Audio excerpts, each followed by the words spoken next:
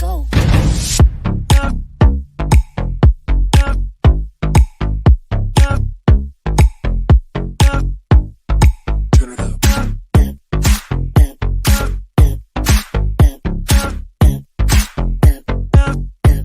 Let's go.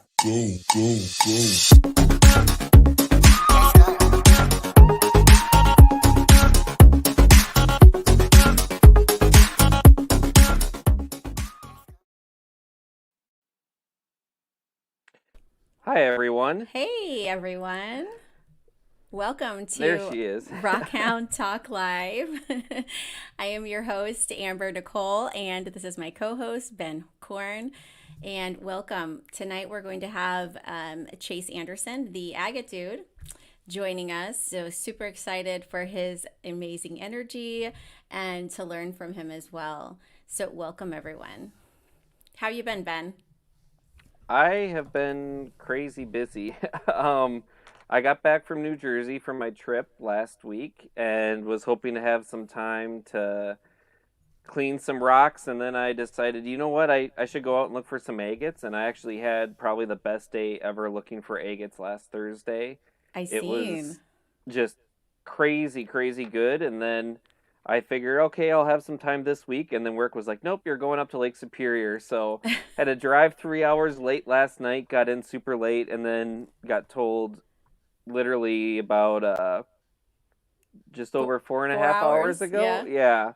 I got told, hey, we need you back down in the city. So I packed up all my podcast stuff, all my suitcases, drove 3 hours to get down here, threw everything out of the suitcase to get this ready, and had some microphone problems, but we're here and it's working. So yep, you're here. Yeah. That's all it counts, even though it was super flustered moment there.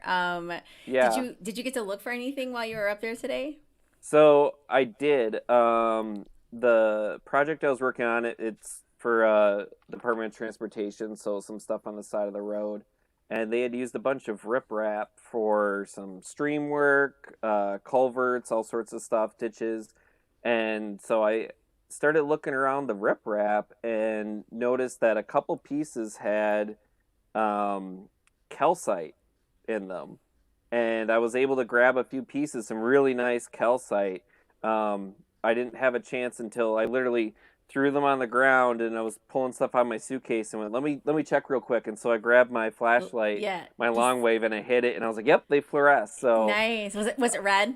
Yeah. Yes. And it's interesting because some of the calcite fluoresces and some of it doesn't, like in the same crystals. So I've got to look into it a little bit more. But yeah, and then I also walked along the lake shore a little bit and got a handful of agates too.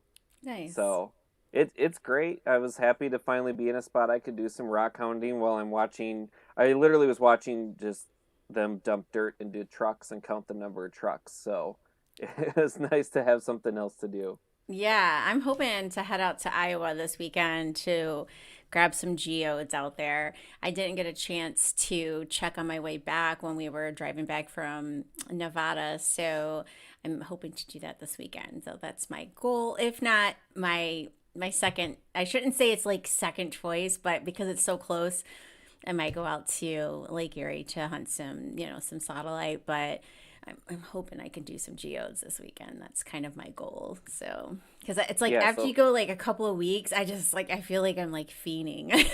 I know. I already broke the seal when I headed out west from the winter. So now I'm just like, once you get that first time out, it's like you can't go very long, and then you're like itching. So Yeah. So is that you're talking about the Keokuk area then? Yes. Yeah. There's some really cool. I know there's certain parts. I've only been to a couple of the places, but I know like some of them.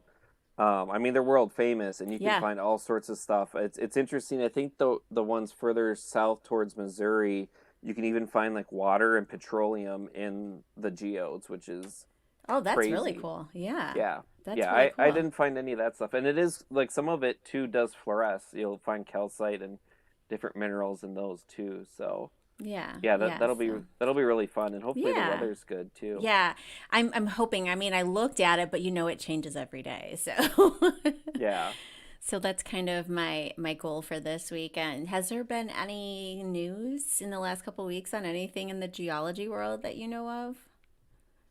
Oh gosh, I'm trying to think. I've been so busy with work and stuff. It's been just so crazy with that stuff. I'm trying to think if I've heard of anything going on. Yeah, I can't think of Yeah, anything I can't that's like either. big news or Yeah, I I mean haven't. it's also kind of a good thing because usually when there's like big news it's like, earthquakes or Yes, something volcano something eruptions and traumatic. Yeah, yeah. yeah. Yeah. So, yeah, no, So I yes, can't think of anything. Yeah, I haven't even, I haven't even heard of like, any big like yeah. discoveries or, Me anything neither. kind of crazy like that. Um, We can let me just, definitely, I was going to say, we can definitely shout out some of the people that are already here. We've got Signature Stone Wire Creations. Thank you for joining us. Jeffrey Carr, Stacy, Dennis, thank you very much for joining. And then a Christy. So thank you for joining us tonight. Some of those names are newer to me, so they might be some people that follow Chase. We'll have to see if Chase is familiar with them. Um, yeah, I let's see see. someone commented on my shirt. This is a shirt Yeah, from Ursa Minor Brewing. It says, "I like to to party. party, and by party, I I mean mean, look look for for agates. agates." How cool is that? That's from a bar?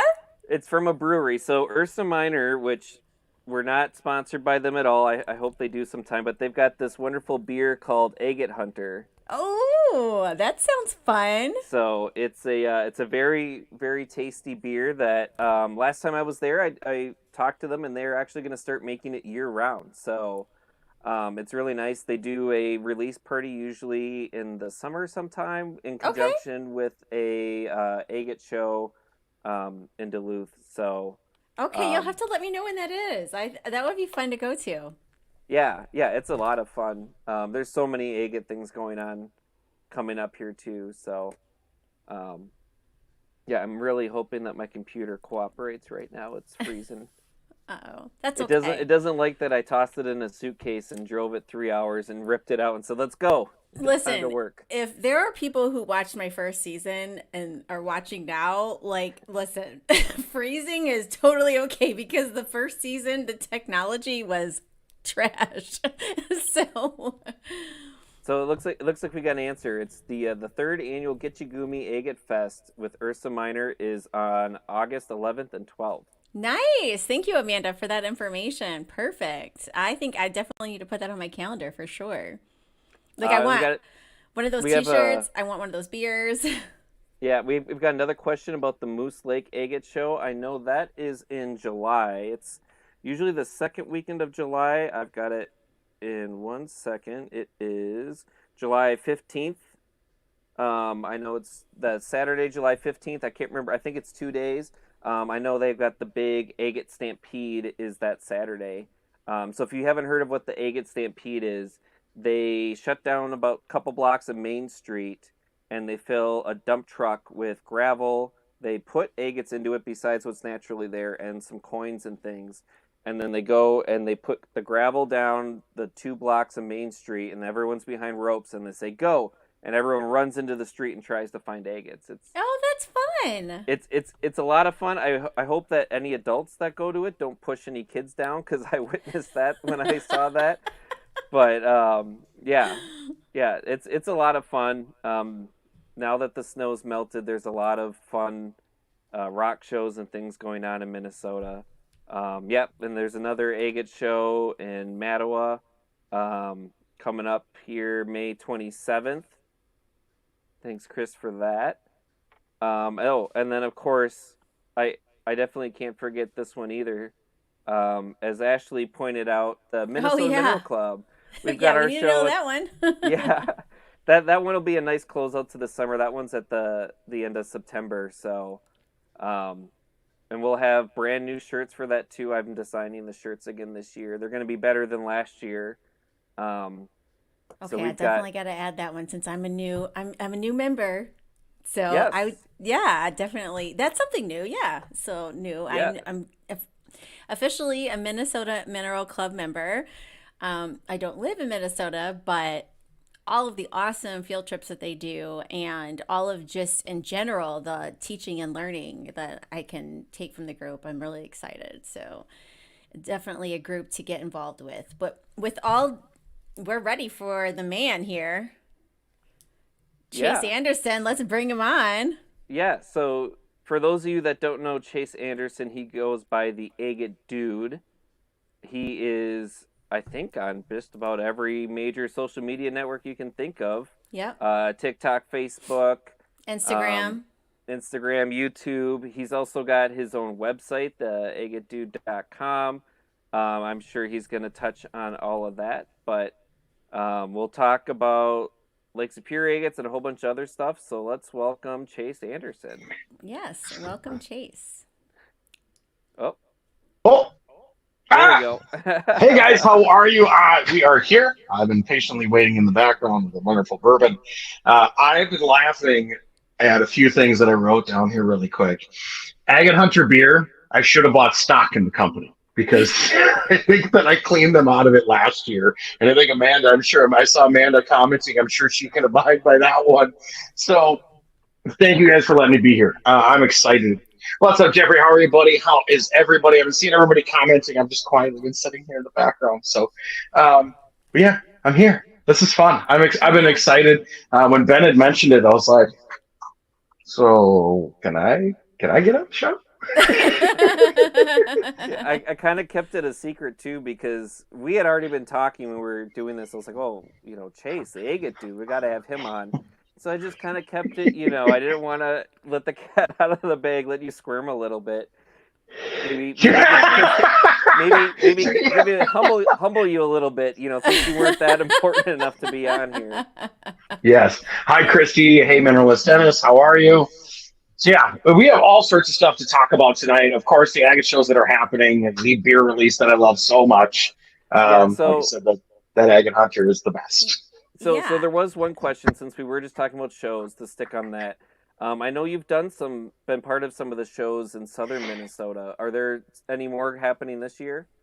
So I've got to talk to Tim Fitzgerald on that one. Timmy is the one that puts on the show. That is the Southern Minnesota Meet and Greet. We've done in past years, we've done a couple shows that, during the year, one in like the late spring, early summer, and then one towards the fall. So I got to reach out to see what Tim is doing for that one. That's always a great one for people that are in Iowa, people that are in southern Minnesota, or even like southwestern Wisconsin, that kind of thing. A lot of the agate shows, of course, do happen in Duluth, Moose Lake, Brainerd. So there are a lot in the northern territories, except for one of my favorites, which is the MMC show. I'm hoping to make it, but it's a week after my wedding. So sorry, honey, I love you. But the Southern Minnesota Meet and Greet is a great one. It's a great one for people. It's more kind of a swap and a hangout. It's a great place that I love for beginning people just getting into the hobby. If you don't want to go and you see the big crowds at Moose Lake, like the Crazy Stampede and all of that, you want something a little bit more keen. You want to connect really with the vendors and dealers. That's a great one as an option. I'll get dates for that. If you follow me, you'll see all the dates on that show because I definitely show up for that one. Yes, it is a sour. Okay. Yay. Harry Mosquito in June. Yes, I won't be vending at Harry Mosquito this year. We got crazy stuff going on. Between the website, shows, the wedding. I'm only doing a few shows this year, but there are tons of shows always happening in Minnesota, Iowa, Wisconsin. There was just one in Eau Claire last weekend. I said missed that. But yeah, there is always something happening. It's funny. I get a lot of emails from people asking, I want to get involved more with this. What can I do? And I'm like, come to one of the shows. It's literally the best thing I can tell you is to come to a show. That's where you're really going to find your people. We're a different bunch. But yeah. So I'm going to let these guys run the show. I'm just here to kind of have fun and talk and probably too much and about eggs. No, talking a lot is good. It's good on the show. It's a talk show. So so let's learn a little bit about your journey. Can you tell us first off, your entry into rockhounding and what started you to get you to where you are today? Okay. So this one's a funny one. How I actually started picking agates. There was a few times where agates came into my life. One when I was dating a girl, a high school girlfriend. We went to a Duluth trip, and she said, "We got to stop at the beach and look for agates." And I kind of looked at her. At the time, I didn't really cross my brain of what I was looking for. When I was a really little kid, I had a little rock collection, as we all did. But in about my mid-20s, a bunch of buddies and I were at a lake place up in Brainerd, kind of southeastern Brainerd. And there is a gravel pit nearby where we're boys in our 20s in Minnesota. So we go, we ride four-wheelers, we shoot beer cans, we do all sorts of dumb things. And my dear pal buddy, Cody, goes trotting off as it's a hot summer day.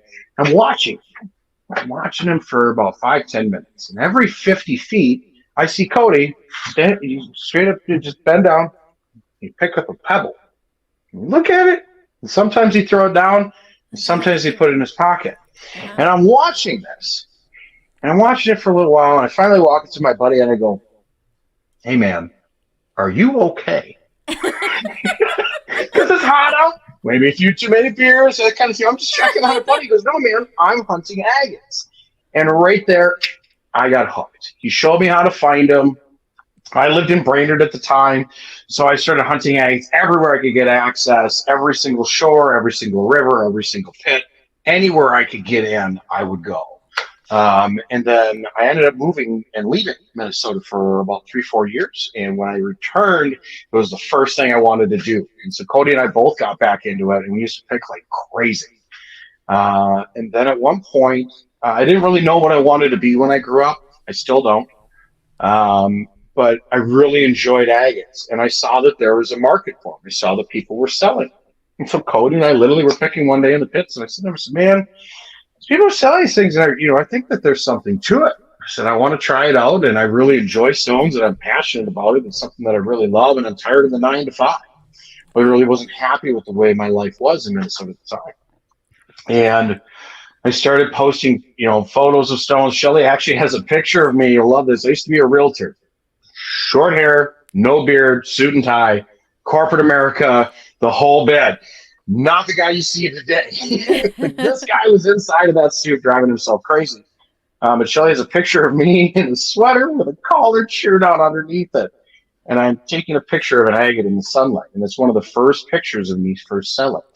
And then somebody nudged me to tell me to start doing live shows. And at the time I was watching these pearl shucking videos.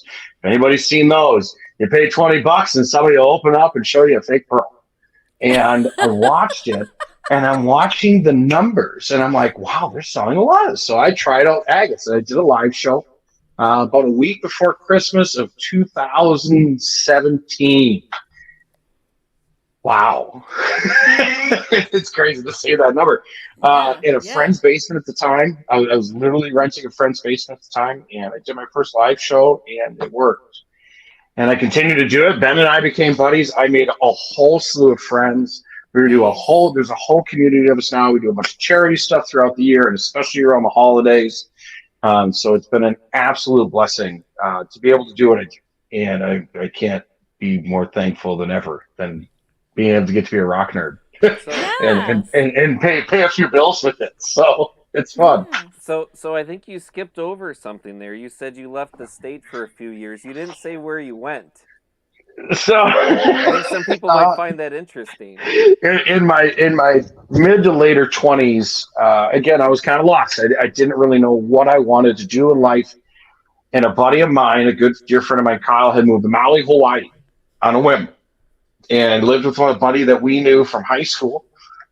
And while I'm kind of struggling in Minnesota, of course, we all know what the winter's like here. It's like a Stephen King novel. It's pretty much what the winter's like. There's just not much around.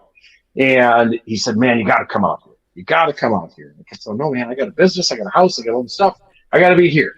And he came home for the summer, and he finally convinced me after about 2 months to move. And so I sold all my stuff at 26, 27 years old. I'd never been to Hawaii before.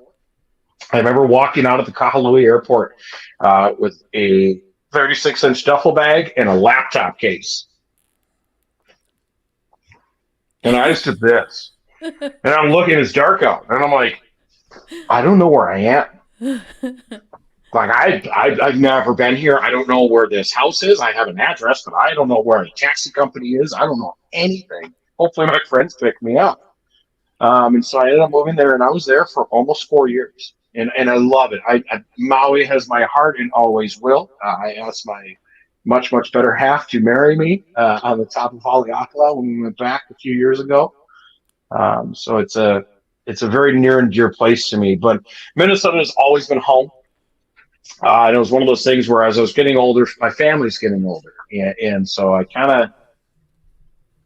the islands were a special time and a special place in my life. And I'm glad that I did it. But do I see myself moving back? Probably not. The rocks now hold me down. It's surprising. And maybe it was only surprising to me, but just thinking about the volcanoes and everything that occurs there, that there would be a lot of rock hounding, and there's not. There's like Nothing. zero, zilch, nada. Olivine. Yes. That's it. Yep. Olivine. And you want to know what people are like, oh, you like rocks? Well, go look for olivine. I go up to the north end of the island. They're this big. They're so tiny and like, cool. It looks great in the Matrix, but what am I going to do with this? But there's nothing. Yeah. I will say apparently there is a rumor that apparently that small rare agates exist on Oahu. I was never able to confirm. I do say though, as a geologist, I do love olivine. Looking at if you're a geologist and you love the Bowen's reaction series and you love your mafic rocks, you love olivine. So I'm just gonna throw that out there. Well, olivine is great, but I mean, like, that's it. But that's it. That's it. But what I did get to experience while I was out there, guys, is I ended up diving. I never surfed a day in my life. I still haven't to this day. Coral is really, really sharp. So I was smart and stayed away from the coral. But I dove and I loved diving. My buddy had a great t-shirt that said diving sucks. And then at the bottom it said, you into a whole new world. And it really was truly, truly phenomenal to have that experience. I ended up working at the Sheraton of Black Rock, right on Kaanapali Beach, right in the heart of everything. And I worked about 150 feet from the water every day. I was truly, truly, truly lucky. But I worked my butt off, worked 6 days a week. And Jeremy Nelson, hi, bud. So much more. Thank you, for his community. I was reading all his comments. Oh, man, you're probably a better floater. Well, hey, bud, you like a piece of unicite?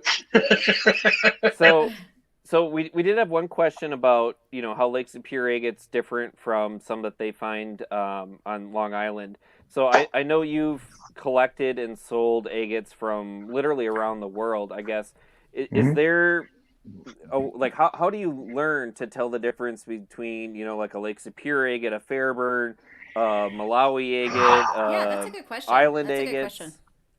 So I've really been lucky. When I got into this, I have mentors in life. There's always people you can learn from. That's the one thing I can tell anybody about the hobby and about Rockhunting and everything. Just reach out to those people that have been doing it longer than you. They're going to teach you so much. I love it on the shows when people are like, I learned so much from you. Bob Wright said it best. I'm just playing parrot. All I'm doing is repeating what has been taught to me. And so it's one of those things where a lot of research, a lot of time looking at photos, comparing examples that I purchased. Let's just say, how I learned how to identify agates? I bought a whole lot of one type. And then I just studied it and really started realizing what the difference in the husks were, how the formation happened, that kind of thing. Now, I will still say, sometimes a Fairburn looks like a Laker. Sometimes a Laker looks like a Fairburn. Yeah. And I mean, sometimes even some Brazilians, surprisingly enough, can even kind of resemble a Laker. But there's telltale husks and stuff like that. Brazilian's always an easy one to spot. Smooth husk. Water wash smooth. So there's so many different little features that you just pick up. My brain is oddly like a sponge.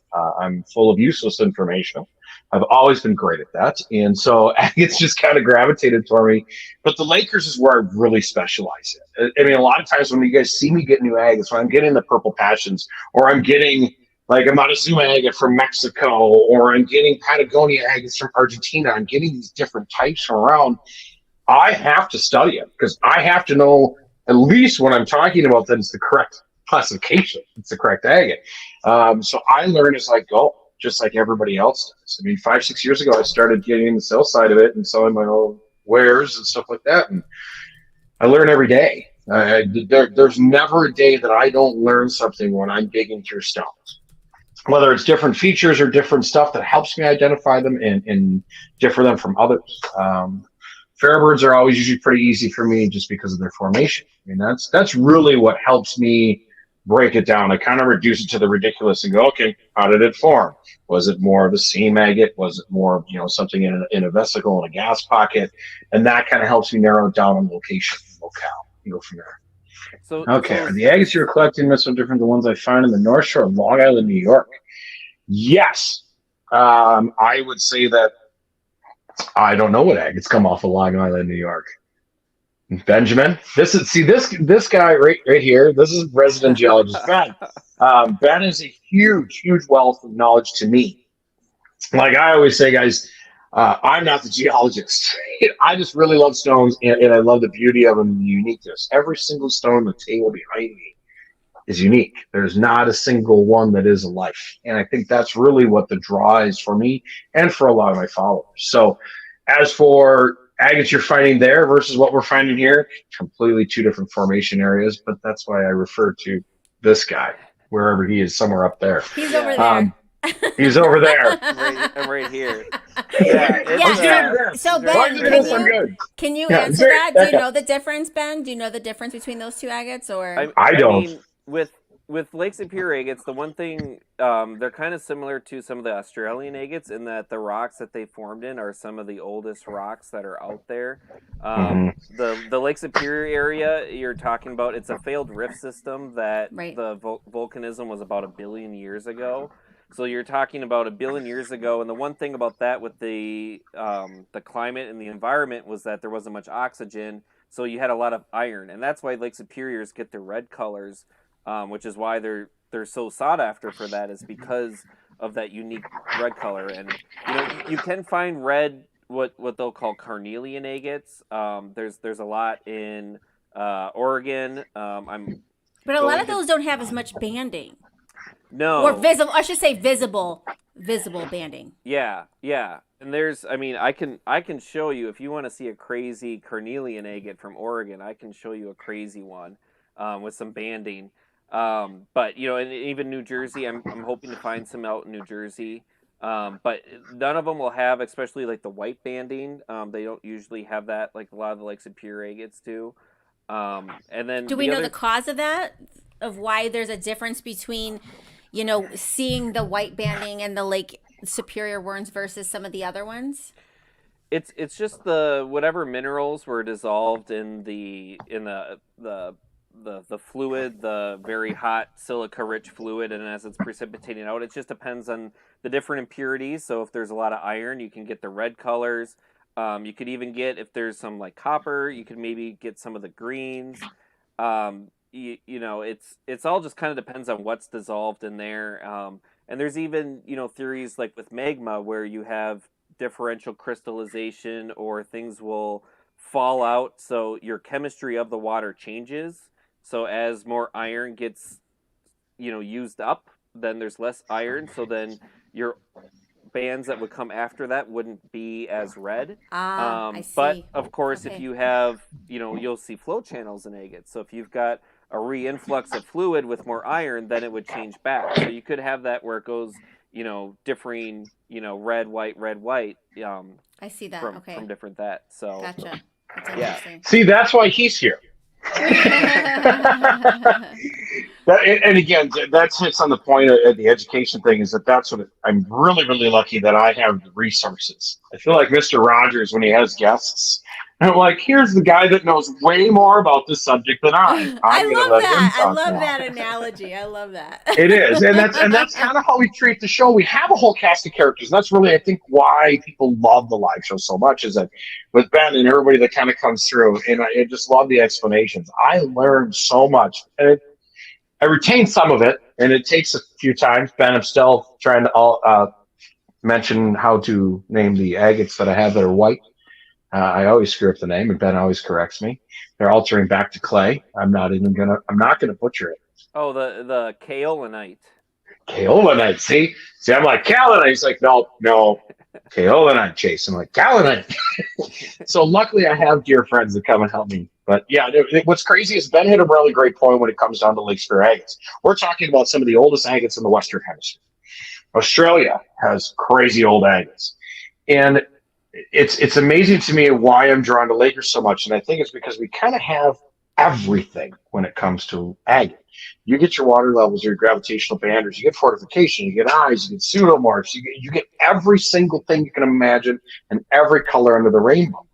A lot of your I carnelians was and gonna stuff. say, yeah, I was gonna say when Ben did this, I had a question too. So go on. There is one type I was gonna say That we of don't agate yes. that you see. can never that you will never be able to find, I was gonna say okay. and it is a limb cast. Because if you think about it, trees did not exist So the west when of the west, agates yeah, formed. when you go east of the Mississippi, correct?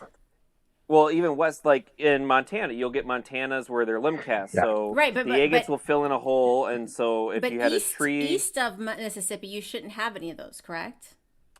it depends on the ages of them. I mean, I'm trying to remember when the Appalachian Mountains formed, and some of those, some of the what you call actual agates, and we can get into a huge discussion about this because there's been articles right over my head. there's been articles and arguments and all sorts of things of if it forms in limestone, is it an agate or is it a banded chert? If it forms in an igneous rock, is it an agate? Or, is it cryptosilica? Or, so you can get into the semantics of it all. I'm going to say things like bear canyons, Fairburns, teepee canyons, the dry head agates in Montana, those are limestone or cold water forming agates. And so I personally think they're all agates because you're dissolving silica and precipitating out, so that doesn't really matter which way it comes out. Some people say no, it's banded chert, but but in a limestone you're not going to get the limb cast either. But correct. For Montana agates, if there was a limb, branch, whatever, and it got buried in lava, the hole is there, and then it fills in with agate, that's how you get your limb cast. And obviously, without there being trees, with a billion years ago when the Lake Superior Agates were forming, you cannot get a limb cast Lake Superior Agate. Correct. Yes. That makes sense.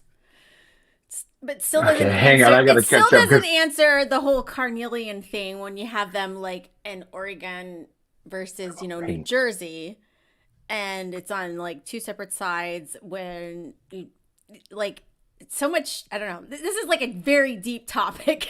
Yeah. No. I mean, the carnelians, I mean, the way that you get the red color is from the iron. So right. But I meant the banding. I was just talking about the banding. Yeah. See, folks, this is where I love Benjamin. He is just the wealth of knowledge. I like him because they're really shiny and really pretty. They are. Well, and that's... Well, and limb casts. I mean, I could pull up example after example. Whoa, maybe not. Yeah, I had a giant. Can you show us an example of an agate that's limb cast and not? Dude, it's in a case somewhere, and I don't know which one. I'm just looking around at all these boxes. Yeah. They're all rocks. It's pretty sad that I can't find a limb cast because I think I got about 6 of them right now. You two are like agate hunters. I am not, and you two are like I don't know where mine are. Oh, I know where mine are. I mean, Ben's been here. A lot of people have been into my private home. I don't have a ton of people, but there's kind of something tucked in every single corner. It's pretty funny when somebody goes, "Oh man, what's up these?" I'm like, "Oh crap! How about those 4 years ago at the Moose Lake show? I forgot." Isn't that funny how you remember like where you found every rock? Amber, I couldn't tell you what I did yesterday, what I ate, or what I wore. But I can tell you where I found that rock. An agate, what I had that day, how I was feeling, the song that was stuck in my head while I was picking, and the pair of underwears that I had on that day. I mean, it's so funny to me because, and she's like, "Don't you remember?" I'm like, "No," and she can laugh because I can tell you. Like 9 of the stones are looking at me right now. I'm like, either if I found them, and where I found them, how I found them, when I found them, or if it's from a buddy, I know the story behind my buddy finding them. Yeah, that's so true. Yeah. But ask me to remember any important information about my day-to-day life. God. So to get back to the banding question. Yes. I think it touches on something that I talked to someone who collects a lot of Montana agates, and he cut a lot of them. Yeah. Talking about Eddie? No, somebody Oh, else. okay. I'm not going to mention him Okay. because of some other reasons Sure. that came up after I learned all these things. But Sure. anyway, so he cuts a lot of Montana agates, and if you've spent time on some of the Montana agate Facebook groups, you will have seen that there are some Montana agates that have iris. If you don't know what iris is, it's when you cut an agate fairly thin, the bands will show up as like a rainbow. It'll refract the light, and then it's the iridescence rainbow color when you show it up to the light. And I talked to him about it, and he said, almost every single Montana agate that I cut will have that if you don't have the visible bands. And I think some of that is like for Montana agates, a lot of them don't have the visible banding. They'll have the dendrites and whatnot, but you'll even find some of them that get the sun bleaching. You'll see that in some of the Lakers too, where the banding will show up when it's got some kind of coating on it. And I think what it is for a lot of these agates is they do actually have bands, but what you're seeing is like a clear band and a clear band and a clear band, and they all just look the same, and you can't actually see it unless you put it, cut it, put it under a microscope or whatever. Because that's how agates form, is they don't form like an actual crystal. They form sort of in a horizontal chain, if you will. So I think, some of them, I think it's really just the differences that happens with the fluids when it's when they were being formed. Yeah. Okay. Yeah, because if you get... So it's not so much location, it's just more of the environment that was happening at that time. Is that what you're saying? Yeah, and I think like with the Lake Superior I'd agree. agates, when you think about the environment that Lake Superior agates are forming, and you've got the Lake Superior is forming because the crust was literally splitting apart. It's what's actually happening right now in Africa, where you've got the African Great Lakes. And so if you're splitting the crust apart, you've got a lot of earthquakes, different seismic activity, things aren't being stable. So if you think about it, it's very easy then for water to kind of find its way in. Something happens, maybe some other water finds its way in, because things are constantly changing and moving. It's also why you get some really cool formations in Lake Superior agates, like fragmented membranes, ruins, brecciated agates, all of those, where it's the seismic activity, the hydrothermal fluids. It's a crazy chaotic environment. Whereas like some of the limestone agates, where you're looking at like Fairburns, you don't see crazy stuff like that in a Fairburn agate. Right. I just love everybody's It's actually quite uniform when you're looking at the Fairburn agates. To be honest, it's more like defined. Here's your limcast. This is a piece of blue forest. Oh wow, that is so cool! Holy shit! So this is a big piece. That's like actually in the whole thing. Oh my god! Yeah, it's a little bit of matrix, and what's crazy is, resident geologist Ben, does this UV react or what? Yeah, that should. This stuff is amazing. I love it. If you charged your flashlight? That is. Hey, bud. You know what? You know what the problem is? I'd love to charge it, but I lost my charger somewhere in the house. Where did you get that? Well, I picked that piece up in Tucson. I go through a dealer down there that I know and got some great pieces this year. I had a ton of them. I had one. There's one that I really messed up on. I was there one day and they had a piece. There was literally a branch, 3-4 feet, and it was broken up into pieces. And I should have bought it sight unseen, and I didn't. But this stuff comes out of Bend, Wyoming, Utah. It's in Wyoming. I'm trying to think. I want to. Eden Valley. Okay. Eden Valley. I almost said Virgin Valley, but that's Nevada. Opals. No, Eden Valley. The Minnesota Mineral Club. If you're interested in collecting it yourself, we are actually doing a trip there. Hopefully in September. I'm waiting for our president to get me the details, because he's planning a whole crazy trip through western Montana, Wyoming, South Dakota. So yeah, he's doing the Blue Forest, he's doing fossil fish and Kemmer, he's doing Fairburn agates in South Dakota, garnets and sapphires in Montana, a whole big thing. And we're still waiting on dates for that? So what it is it's going to be from our Montana trip, which is always Labor Day weekend, and then he's doing it the 2.5 weeks after that. So he's going from our Glendive to there and then all over. So if Labor Day or Memorial Day? Labor Day. Labor Day.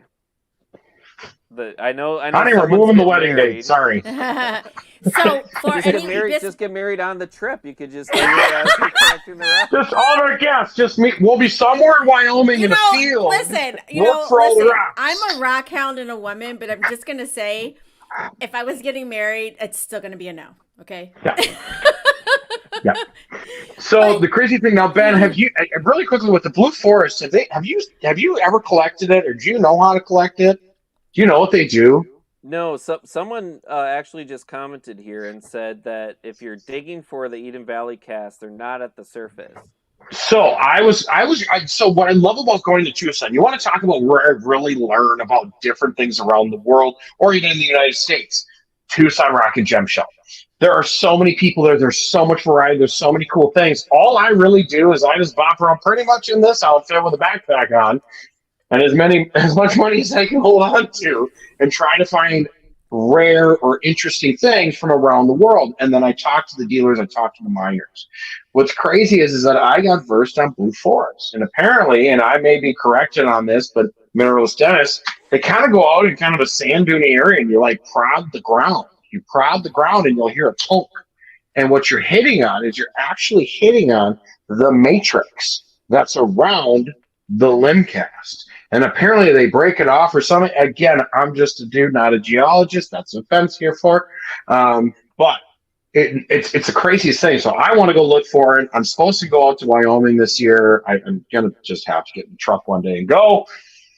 Sorry, people, there's probably not going to be some live shows for a week or two. But yeah, that's apparently you just literally prod like the sand. You just prod sand dunes and you hear a thunk and then you got to dig down and pull it up. Dang, so I don't know, but cool. if somebody's collected it, I'd love to know more. That's what Mary Lee wants to know how to join that trip. Yeah, Mary Lee, if you want to join any of the trips, you can do what Amber did. Yes. Just go to I was just gonna Minnesota, the MinnesotaMineralClub.org. Yep. And you just sign up to be a member. The field trips that I was just talking about, since I haven't gotten the information for it yet, they're not on our website, but we've got other trips up there right now if you want to take a look at those. But you do have to be a member to go on any of the trips. But you have to be a member, but you don't have to live in Minnesota. I live in Ohio. It's open to anyone who, honestly, you just pay the fee and then you get, invited to join these field trips. Which, Benjamin, what is that amazing, astronomical, insane price? How much is it? $24.99 or something? It's. I want to say it's $24 for a single and $36 for a family membership. But wait, folks, there's more. And I did the family membership because I might want to bring my kids sometime. Maybe I don't. I just did the 36 just in case. I mean, well, and Ben, are you guys still Zooming your meetings too? Yes. So when you're in meeting season, I suppose. Yes. So when you have the meetings, we also Zoom them. So like our last one in April, we actually had Chris Clemens talk about fluorescent minerals, and it was over Zoom. So anyone could watch it over Zoom. You also get access to all of our things on our website. We have a whole bunch of educational videos, geology things, and then we also have a newsletter that comes out almost every month. The summer we kind of cut it down since everyone's busy rock hunting in the summer. So it looks like Sandy's going on that trip. She's excited. All I gotta say is Jeremy Nelson. Oh, but don't worry. I know I need a lot more lighting and a lot more makeup. This is a face built for radio, folks. Okay, that's why I'm getting real close. Just to remind you, this is the guy. So, all right. So we talked a lot about different trips and finding things. So I guess the one thing that I've heard, and I'm sure you've heard a lot too, is what are some of the tips and where to find Lake Superior Agates? Yes. So I have never hunted for agates before. Okay. And I am planning a trip up to Minnesota, Wisconsin, and the UP. And what dates are you shooting for that one? I'm thinking we August. Can talk after too. Okay. Well, Duluth shows in August. This is hypothetical. Yeah. But if you're planning a trip like that, so I get this question a lot. Yes.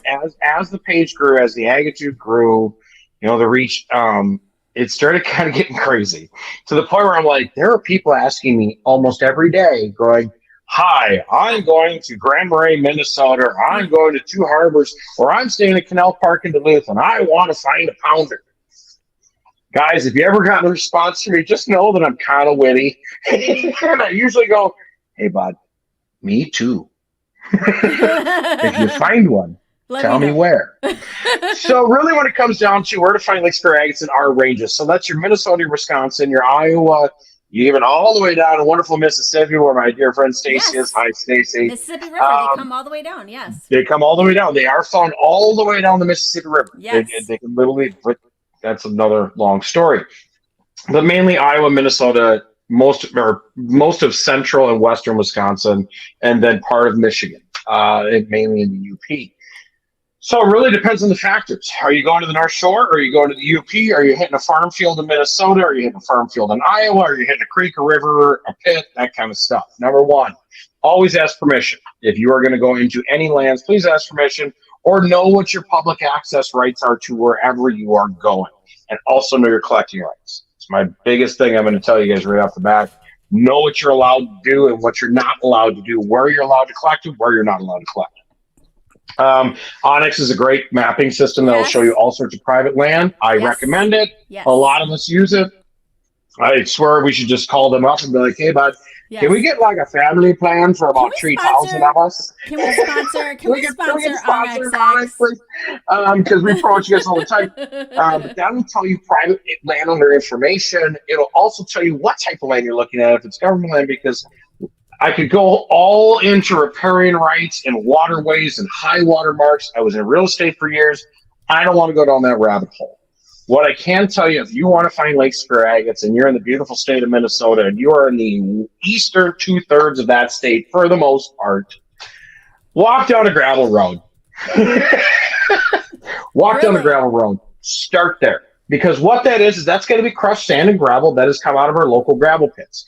We have agates over a good chunk of this state. You'll see some distribution maps that are in some of the agate books. One of the ones I recommend is Agates of Lake Superior, Stunning Varieties and How They Form by Bob and Dan Lynch. That is phenomenal. It's on Amazon. It's $25. I'll try to put a link up for you guys, or you can reach out to me. That'll teach you all the knowledge. Start on gravel roads. It's a great way, especially with kids, especially if you live out in the country. I tell people all the time, do you have landscape rocks around your house? I said, yeah. I said, is it river rock? I said, yeah. I said, you better walk outside because you probably got 15 or 20 agates sitting in your river rock around your home, depending on how much rock you have.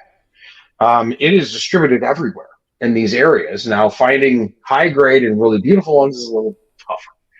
But you can find stuff all over.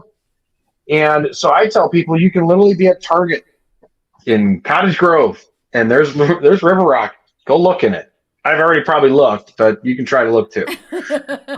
But really with it, when I tell people, when I get that question of, I want to find agates of going to the North Shore, first I tell them, don't. If you go to the North Shore with the intention that you're going to find a lot of agates, I'm going to tell you you're probably going to get disappointed, mainly because there's a lot of people, low amount of turnover, and agates that are in water get pummeled and turned into about dead big. Yeah. Okay? You want to find bigger agates, I'll give you the same advice that Schmoops, a.k.a. Bob Wright. I was waiting for you to say. My buddy, that's Schmoopy. Bob Wright is like my mentor. He's like my mentor. I saw him today. We held hands and looked for mushrooms, but we didn't find any. So Schmoops and I, he's taught me a lot. But when I first got back from Maui, I sent a message to Bob on Facebook. And this is when Bob and I first became Facebook friends in the agate world and all the pages and the groups and all that stuff. I said, Bob, my name's Chase. I'm kind of a novice rockhound. I want to find a big agate. What advice can you give me? And in fine, true Bob Wright fashion, yes, the Bob Wright fashion. He wrote back. And I said, Bob, how do you find big rocks? He goes, look in big rocks. That was it. And just said Bob Wright. And I'm like, can we be friends? And we've been good buddies ever since. But that's what I can tell you. Get off the beaten path. Get away from people. Do your own research. Get out in those areas. Yes, farm out fields. there. Get out there. Farm fields. Hi, Benjamin. Can we talk about how I pretty much just, Ben, you got farms to pick? Go pick those farms. Ben, how is your picking going? Yeah. And you know what? The farmers, I was just going to say, the farmers want those rocks gone. You're kidding. You're up to a door of a farmhouse. They're not going to be mad. They're going to be like, go out there and get those rocks. Yeah. Someone will tell you to hit the road, but someone will go, okay, wait, you want to do what? And you go, well, I want to pick the rocks out of your field. Well, what are you going to charge me? Sir, I'm not going to charge you nothing. What? What? Yeah. Something wrong with you? Yeah, You're kind of a dumb son of a... So, You'll go, okay, bud, you have all the fun you want. Go pick your rocks. And he's going, Clarence, there's this goofy long-haired kid in rock shirts. He's out in the middle of the field. He's taking rocks for free. So I will say I've knocked on a few people's doors for finding agates in farm fields. I've had people not answer their doors, and the people that have answered have let me do it. Yes. I've also done, friends of a friend's, hey, you live up in this area, can you just put on Facebook, anyone knows someone that's got a farm field? And yeah, it's the same thing. They'll go, the one farm field I went to, they actually said we had someone that used to come out and look for agates, but he hasn't been around in years. So go and ahead. I thought maybe it's picked over, and I went there, and I've been going there for 3 years now. And farm fields are great. I still haven't found a pounder. I know other people that have found pounders in farm fields, but I found a 12-ounce water wash last year. I found an 8-ounce crazy bander with peel on last Thursday, and it's sometimes you find nothing. But I will say, if you are going out to pick farm fields, pick up any trash that you see. It will help out the farmers. It makes you have a good relationship with them. It's just better for everyone. You should do that anyways. Yeah, completely. Yeah, here's kind of what my rule of thumb is with farm fields. I'll tell you what my rundown is. You want to know the secret to getting into a farmer is you go up, you have a couple of cases of cheap beer in the trunk or a couple of nice steaks. I'll tell you, if you want to be a door-to-door salesman, this is exactly what you do if you want to get permission for fields. You go up, sir, I'd like to pick your field. And then again, they look at you like, something wrong, buddy. Something wrong with you. And you go, you want to tell you what, are you and the missus here? Oh, yeah, the missus and I are going to have dinner soon. Well, I'll tell you what, sir, I got a couple of ribeyes here. If I toss them to you, is it okay if I come and pick your field until you plant? Then I get out of here. Maybe come back after you plant if you're cool with that. I ask them every single question I possibly can. I tell them the description of my vehicle. And the other big thing is you really want to win with farmers. If you find a stone the size of my melon, I got kind of a big head. You find a rock this big in their field and it's closer to the edge and you can walk it to the edge, take it to the edge. They'll love you for it. Because when they disc fields in Minnesota and they go through and they pull rock out, they're looking for boulder. They want rock out of there this big. Because that's what will mess up their discs. That mess up their equipment. It costs them money and it costs them time. Save them time, money, and clean up their fields. They will love you. And again, they'll still look at you and go, you're going to take these things for free. You're a little weird, It's okay. Yeah, you're like, oh, man, okay. And again, they're calling Clarence. They're calling Bill. They're calling every guy around. And then you go back up to the farmhouse as they had that nice ribeye and you're picking in the evening watching the sunset. You go up and go, hey, do you know any other farmers in the area I can talk to? You'll get 4 or 5 numbers.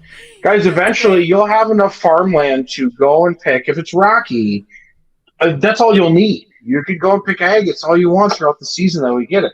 Don't worry, during the wintertime, I got you covered. Sunday nights at 6 p.m., you know where to find me.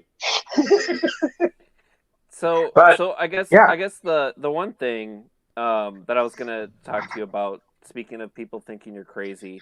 So I've been watching your show for a while. If you don't watch Chase's shows Sunday nights on Facebook, at 6 p.m. At 6 p.m. Central, you've done a lot where you take breaks in between selling agates to talk about various topics, and mental health has come up a lot. And I'm just wondering, is that something that you've seen just a lot of people in the community it be something that really, sort of touches a lot of people, or is it something that it's more personal to you that you feel, really needs to be shared? So to make this more dramatic, I will pour fresh bourbon for this topic. Damn, I have another one too. So we talk about a lot of mental health on the show. And I kind of touched on it earlier, how I kind of felt lost in life and I really didn't know what I wanted to do. When I was in Maui, I got into the director of sales position and I had teams that worked for me. I thought that this was what I was meant to do. Because where I grew up and how I grew up, I thought that this is the person I was supposed to be. Not who I wanted to be, but who I was supposed to be. But sadly, during that time, I ended up getting injured. Screwed up my shoulder, herniated through this in my neck. completely threw my world upside down. It was part of the reason that I ended up having to move home, along with a few others. Um, but what I found is that I was kind of lost for the first few years being back home in Minneapolis. I was getting back into agate hunting. I was kind of flirting with the idea of the Agate Dude in like 2016. I actually physically made the page the Agate Dude on February like 20th of 2017, but I didn't publish it until August because it was my dirty little secret. Really quickly for all my followers, purple passion. But what I found is that when I got in the agate community and I started connecting with people, I came up with a phrase that I love to use when it comes to our community, is that rockhounds and people in the agate community, I feel like we're a bunch of broken misfit toys. Yeah. I do. And that we've kind of found our place. Yeah. We're the kind of weird kid on the playground. We were probably digging up worms. We were maybe putting rocks in our pocket. We were doing those things. And I feel that now with the agate community, I have found my place. I have found where I belong. And I love to talk about that because we have a lot of people, and Ben watches the show regularly. We have so many people that come in that are completely new, that just discover this on a whim. It just pops up on some page, some group, whatever, or it just gets put through their feed. And they come in, and I've gotten messages from people saying, I just feel so welcome here. I feel like I found my place, blah, blah, blah. Because life sucks. Life's tough sometimes. Yeah. Rocks are cool, and we all deal with crap in our life. And that's really all I can tell people, is that I get a lot of people that message me after watching my show, and they're like, oh, you're so positive, you're this, you're that. And I just laugh. And I'm like, guys, you see me for 4 hours right here once a week. Okay. It's a show. I'm here to put smiles on faces. I'm here to entertain people, but I still struggle with the same things that anybody else does. I still go through anxiety and depression. I've dealt with it for years, along with a host of other personal issues, but that's just how that is. But I'm not going to let it stop me. And that's what I've realized in life, is that for a while it did, and I hated it, and I changed that. And I found that with the live show, I have a reach, and I'm able to reach people that feel like I do or have felt like I did. And I just want to let people know that, you want to know, life's not that bad. We're okay. And if you need help, there's plenty of resources. I have a lot of people that have found recovery from addiction and things like that through agates, and I love it. And we are all supportive of it. If there's anybody that wants to get help with anything, we know plenty of people. We have our own little community where we'll step in and say, hey, man, how can we help you? But that comes down to the person. It comes down to their willingness. So my thing, I think, really been to touch on why I discuss mental health, is that I've dealt with it for a long time in my life, and we don't talk about it enough. We're not open about it enough, and we should be. There's no reason to hide it. I don't feel that there ever has been, but it was stupid stigma. And I'll say that the reason that I actually started this podcast was because of mental health. Mm-hmm. I noticed on my feed on Facebook that November hit, and a lot of rockhounds, were posting, just how down they were. And because they couldn't connect with the thing that made, the thing that makes them most happy. And so I thought, maybe I can create something to connect with people. We can't go outside right now. We're buried in snow. It's freezing. Seasonal depression is a real thing. Yeah, it totally is. It totally is. It's a real thing. It's a real thing. And I was like, let's find a way that we can connect rockhounds, in this crappy season that we all hate. And thus, Rockhound Talk, became what it is. And so I totally think that there, a lot of, there are rockhounds who don't find this hobby, in bad circumstances, but for a large majority of us, including myself, we found this hobby on dark times, and it brought us out of that. And what an amazing thing, because it's all natural, and it's something like, if you really connect to it, it's like if people can deny it, but like we're all grown, like we're just naturally drawn to nature. I mean, you just can't fight that. I mean, you may not like to be, maybe you're not an outdoors person. Okay. Yep. But you cannot deny that when you get outdoors that you feel something. Are you kidding me? Bob Wright and I walked through the woods today holding hands and looking in each other's eyes. It wasn't weird at all. Just two bros having a moment. No, and I tell people all the time that, when I moved home from Hawaii, I came back to Minnesota, and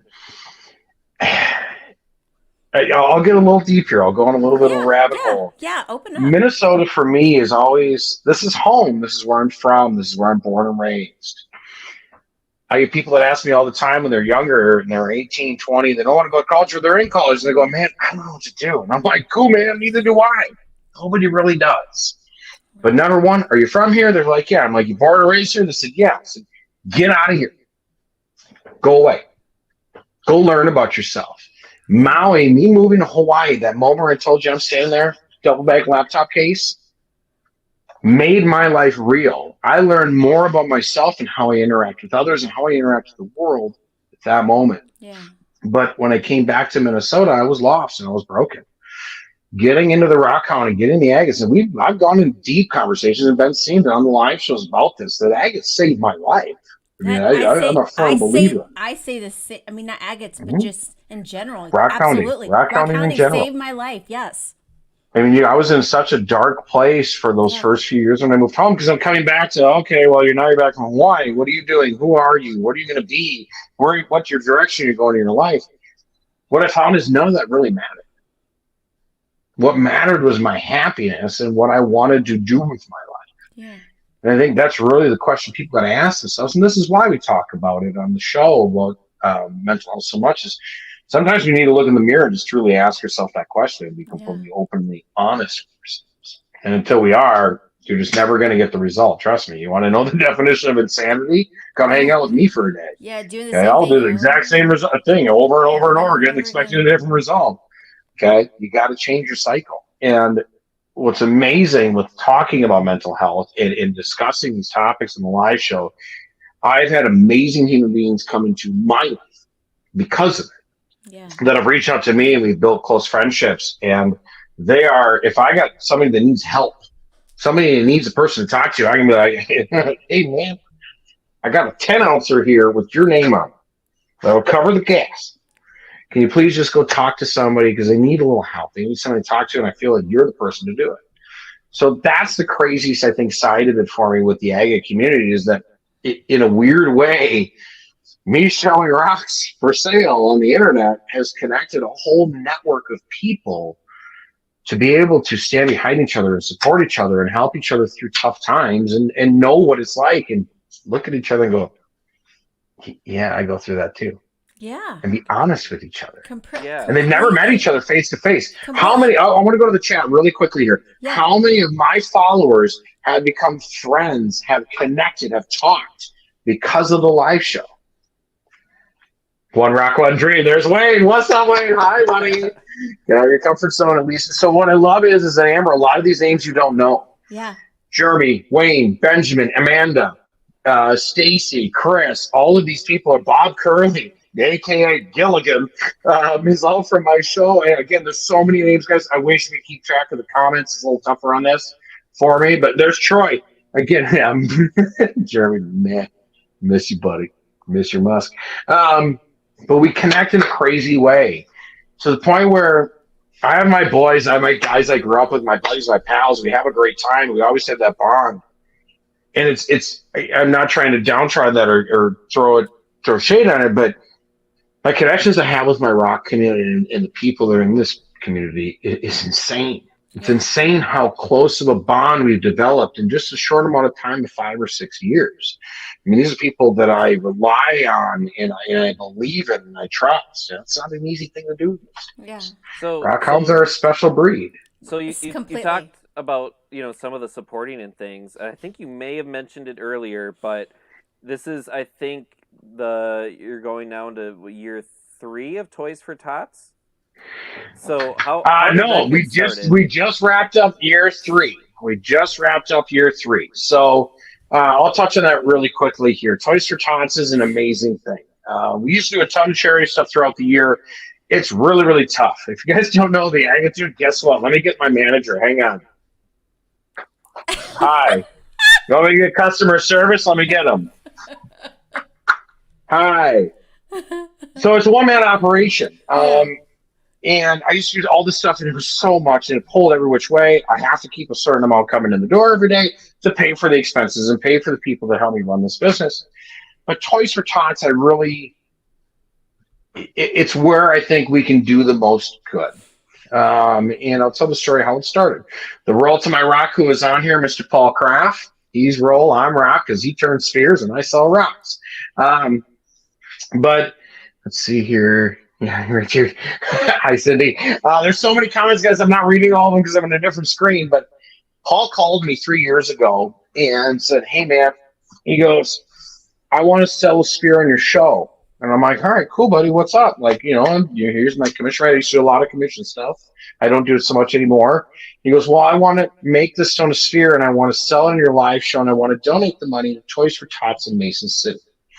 I'm like, okay, what's up? And he goes, Ernie Martinez, once a Marine, always a Marine, a great man. Ernie runs the Mason City Toys for Tots, but he also runs a roofing company. Did a roofing project for Paul, was a great guy. Ernie had mentioned to Paul that they were down 10,000 toys. And that broke my heart. They were down 10,000 toys that year because of COVID and all the things we deal with. And it just absolutely crushed me. And so I said to Paul, I said, tell you what, man, I'll match your sphere. And I think I said, whatever it sells for, up to like $1,000. And then it ended up turning into some people donated. I threw some stones in, and we all did a live show. And we raised a few $1,000s, $4,000, $5,000. I'd have to look back in the books. No, we're not getting into that thing right now. But we did that the first year, and we donated all those toys to Mason City, Iowa. And it was amazing. We got to go to Fleet Farm, and Paul and I got to pretty much have our own little kids' toy shopping spree and just filled carts. Year number 2, I wanted to double it. So we ended up doubling it, and we did 10,000. And that was amazing. I threw in some cash, and everybody threw in stones. There's donations. You guys can get involved with this. If you want to be a part of Toys for Tots with us, you can go to my website. There's information for all of that. You can send me a private message. Anything rock related, we take the donations, all the money raised. That's the PayPal fees, it's shipping, that's everything. I cover all of that. Every single dollar we raise on this show goes right to help the kids at Toys for Tots. There's nothing taken, all for them.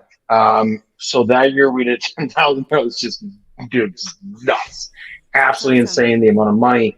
And so this year I said I want to double it. So what's the goal this year? Well, so hang on. I got to tell you year 3. Okay. So year 3, I said I wanted to double it. And Paul's like, dude, you're nuts. And I'm like, trust me, buddy, I know. I live with me all the time. And so we ended up, everybody came together. We had so many donations that came in. We had cash donations. We had so much stuff that helped out. I had family members. I had friends. I was on Care 11 News to talk about it for Toys for Tots. We ended up raising $20,000. We actually raised like 18 and change or something, but I like even numbers for my people that know me, that watch my show. So I rounded it up to 20. But what's crazy is that year, and I'll get into our goal for next year, as I said, you want to know what? We doubled up the first years. I want to double it up again, but I want to go to 2 states. I want to move from not only doing Mason City, Iowa, but let's get Minnesota in the mix. And I don't want to do Minneapolis. Minneapolis is enough people that donate to Toys for Tots. That's great. So we took all those toys up to Pine City, Minnesota. What's crazy is my buddy Tom Minzer, shout out to Nature's Nectar, my boy. If you need your honeybee stuff in the East Metro, the Twin Cities, hit up my guy Tom Minzer at Nature Nectar. He hooked up a Target in Stillwater. We went in, we brought $10,000 into there. They gave us ridiculous rebates, money back, all that stuff. So the $10,000 ended up turning into like $13,400 some odd dollars. We got an additional over $3,000 in toys. We were in the back in the warehouse. We pulled carts and carts and carts. We filled the back of it like a 20-foot box truck. Nice. We did the one in Iowa, the same thing. Fleet Farm down there hooked us up and gave us tons of rebates. So we're able to take that money, that $20,000, and stretch it closer to like 24, 25. This year's goal, $30,000. All right, let's do it. 3 states. Let's do 30 it. grand in 3 states. This year, Wisconsin gets added. Don't worry for my people in the UP and the Michigan. You guys remember 4. I want to prove the concept. We've done it this far. The goal this year is to do 3 states, 30 grand. I need donations, but not now. I have a very small home. Include okay? Rockhound Talk Live. We'll definitely donate. I'm in. I love it. And that's what we're going to really push a lot this year to get on the news more. I want to get more exposure for it because it's just such a great thing to know that kids that are struggling, that are maybe not going to get a gift, and they see their friends going through and getting that gift, and stuff, and it hurts. And I don't want a kid to ever go through that. No, I've got 3 kids. I won't go too far because I'll get emotional, and then it gets all weird. My mascara runs, my eyeliner gets all screwed up. I know, it's terrible. So, Jeremy, don't worry, bro. I'm wearing blush. But it's an amazing thing. I get people that thank me. They're like, "Oh, thank you." No, don't thank me. I'm just the guy that gets to sit here and have a bourbon and be like, "Look at this shiny thing. Let's raise money for it." It's the people that donate. It's the people that spend the money. It's the people that help share the show. You don't have to spend anything. You don't have to contribute anything, but physically, but just be there, share it, like it, tag your friends, bring people in. Because I hope eventually that in 10 years from now, I'm literally laughing in front of a semi-truck. Where I'm like, we got all this. And we're making a difference in lives. When we showed up in Pine City, I think it was Pine City, and we showed up with that box truck, we called the lady. And we're like, yeah, we're on the way. We have a box truck. She goes, you have a what? We're like, yeah, we got a box truck of toys. We're on the way. I don't remember how many toys it was. Was it 1,611 toys, something like that? It was just an astronomical number. So you just think that if that can help change a kid's life that is maybe going through some struggles for just a moment, that'll help catapult them into something that they really love and believe in. Yeah. So, I don't know. It's the right thing to do. Yeah. I get to hang out with rocks all day long and do what I love. So it's literally the least I can do to help out in the spread some joy and some love in a hard time during the winter time. That's great. It is. So we are coming to the end here. Yes, we are. Let's go through some of the comments and see if there's any questions that we want to maybe address before we end. I think we've got most of the questions. Yeah, I've been watching. I think we have touched on most of them. Most of them are. I'm just gonna people swing saying to the hi. beginning. Yeah, I'm just gonna go to the beginning and go through here. So really quick, they're looking for the comments. I want to talk about Toys for Tots. Yes. If you want to donate to Toys for Tots for this year, for 2023, please start a box in your own corner at your own home. I love you. I don't want your stuff in my house. I don't have any room for it. Start your donation box. We're working on something that you can sign up on the agatedude.com to be a part of it, to get reminders of when to send your stuff to me, to be able to sell it, to raise the funds, to be a part of Toys for Tots 2023. So again, start building that box. If you see a cool rock at a rock show, or if you have some in your collection, just start something small in your own home. And then coming September, October, we're going to have all that stuff sent here, and we're just going to start doing live shows. Because for me to raise $30K, that's going to take like a week worth of shows. It's going to take some serious work. So I implore and I ask everybody to really be a part of this. It's so amazing to see the difference that we can make. And what's crazy is that we never actually get to be there on that moment of that day. But just remember in your hearts and in your minds that that morning and that day, somebody's life gets to be changed just a little bit. And that's all I ask. And then, like Jerry Springer's quote, what is it? Take care of yourself and take care of others. Rest in peace, Jerry Springer. R.I.P. Jerry Springer. I feel like I should throw a chair at somebody. You are not the father. You are not the father. Okay. So wait a minute, that was probably Murray Povich, actually. Anyways, okay. I'm gonna be on Maury next week. So okay, what's that, Ben? Well, I was gonna say the one thing we didn't mention at all. We talked about my shirt, but Chase. Yes. Shirt. You got all the agates all over you. Oh, I'm so sorry. Hang on. He's got the backpack. Okay. Oh. I'm so sorry. We got the shoes Oh. too. Oh, Agate shit! needs Oh, shoes. You got the shoes, you got the oh. shirt, you got the backpack. Okay. Go to theagatedude.com, guys. You can check out all my merchandise. I'll do my quick plug here. Well, I'll try to find some comments here. Check out theagatedude.com for all the merchandise. It is all shipped right to your doorstep. Usually, if you order something from me, you should receive it in about 10 days. Unless it's shoes take a little bit longer. But also, check out Agate of the Month. A 1 to 4 ounce agate valued at anywhere between $30 and $40 for my live show being shipped to your doorstep every single month for only $20. It is free to sign up. You don't get billed until the 1st. After taxes is about $21.51. I cover the shipping and you get it in the mail. So check me out Sundays at 6 p.m. Wonderful live shows. I sometimes do some through the middle of the week. But other than that, Toys for Tots. That's all I can ask you guys is Toys for Tots. That is the big thing. You want to get involved in your local Toys for Tots? Please do. If there's something I can do to help out, please let me know. Like Paul Kraft said, we get you to play Santa. Are you Michigan Farmer Hotspots and Lord Pizza? Nope. So I did see this one question come through asking about how paint agates form. Oh yes, that's that Jeremy Nelson. He's a smart guy. I like him a lot. If that's directed at me, I'll be the first. You think it should be? But hold on, before you answer. Purple passion. It's iron. It's iron also, right? There's a lot of iron in those. Yes. So I'll be one of the first to say I don't know if I don't know. If I'm going to be honest, I haven't done any research on it, so I'm not too educated on it. But if I was to guess, the paint agates are more opaque.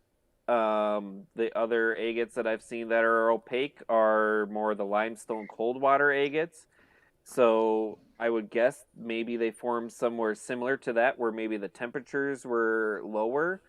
That's just a theory. There's totally a lot of limestone down in Kentucky and in Tennessee, for sure. So a paint agate, let's for a paint agate. So I've had a few old timers tell me it's because they are considered some of the oldest. Whether that's true or not, I wasn't there. I know I look that old, but I'm actually not. But I wasn't there. But no, I think Ben is correct. I think that there was definitely some heat, some seismic activity. There's some things that happened to turn them.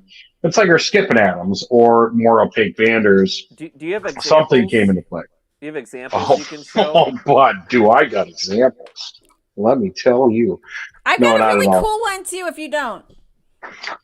So you want to paint? Is that what we're requesting a paint today? You know what? Mine's not Tennessee. Give me a moment. Mine's Kentucky. Oh, give me a moment. Well, so I've got one right here. This is actually a Keweenaw paint. So this comes from the UP.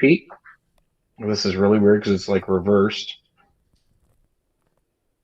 So paints a lot of times, for the most part, will be very orange like this. But let me see if I can find mine while you're doing that. Gosh, it's got to be here. Don't judge me, Benjamin. You can tell you're on a Rockhound podcast when everyone gets up in the middle of it to look at rocks. Hang on, bud. I got a rock to show you. Paint. I know I probably got a cut one that's probably in here. Oh, yeah. I got a killer end cap cut. What I was trying to find is one of the baby blue ones that I have that are in my collection. I must have tucked those into a case. I wish I could turn the camera around on this thing, but I don't really know how. Hang on. Let's see here. Hang on. Let's see if I can. Camera. Oh. Yeah, but that's not. That's a little bit better. Okay, so here is a great slice of paint. Let me turn some lights on here. Give me a sec, guys. So this is a nice, beautiful slice of a paint here. Again, paints are very opaque. This could be considered a paint even. Very orange, typically in color. Let me try to find, I wish I could find the Aztec right now for all my people. You guys know which one I'm looking for. No, Cody, you can't have it back. Let's see. Man, I'm trying to think of my gnarliest paint. that is readily available here. Let me check 211 collection quick.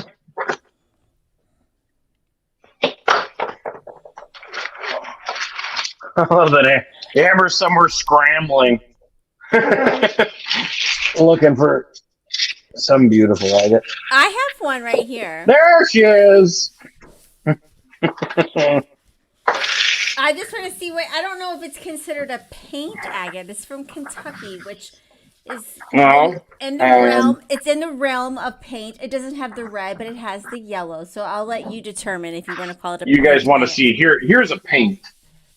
Here's a killer paint. So here's the husk on this one's kind of different, not for typical paints, but again, it is just flat, opaque. Typically, a lot of paints are pink, orange, red, that kind of thing, and it's just heavy iron. How about this? What do you think about this one? Let me get out of my camera settings here and get back. There we go. Oh, that's a nice Kentucky. So Kentuckies will have that yellow and black, and maybe they're using the paint name. Is this considered paint or no? Well, not on Lake Superior. Oh, hang on. You want to see a paint? Here is the paint of paints. Because I know that when I think of paint, I think of Tennessee paint agates. So I will show you what is considered a Lake Superior agate paint agate. Okay, yes. This is Sean's Cody, buddy. I love you, but this is what I said. He said I got a whiskey drunk and took advantage of him, and you bet your butt I did. That is this one. This is also nicknamed the Aztec. Okay. Oh, I used that in one of our little reels I did for you. Yes. Yeah, this is the Aztec. Okay. So again, beautiful paint colors. But very simple, or very similar to like the dry head that I have back here in the corner. You know, the dry heads will have kind of that same paint color.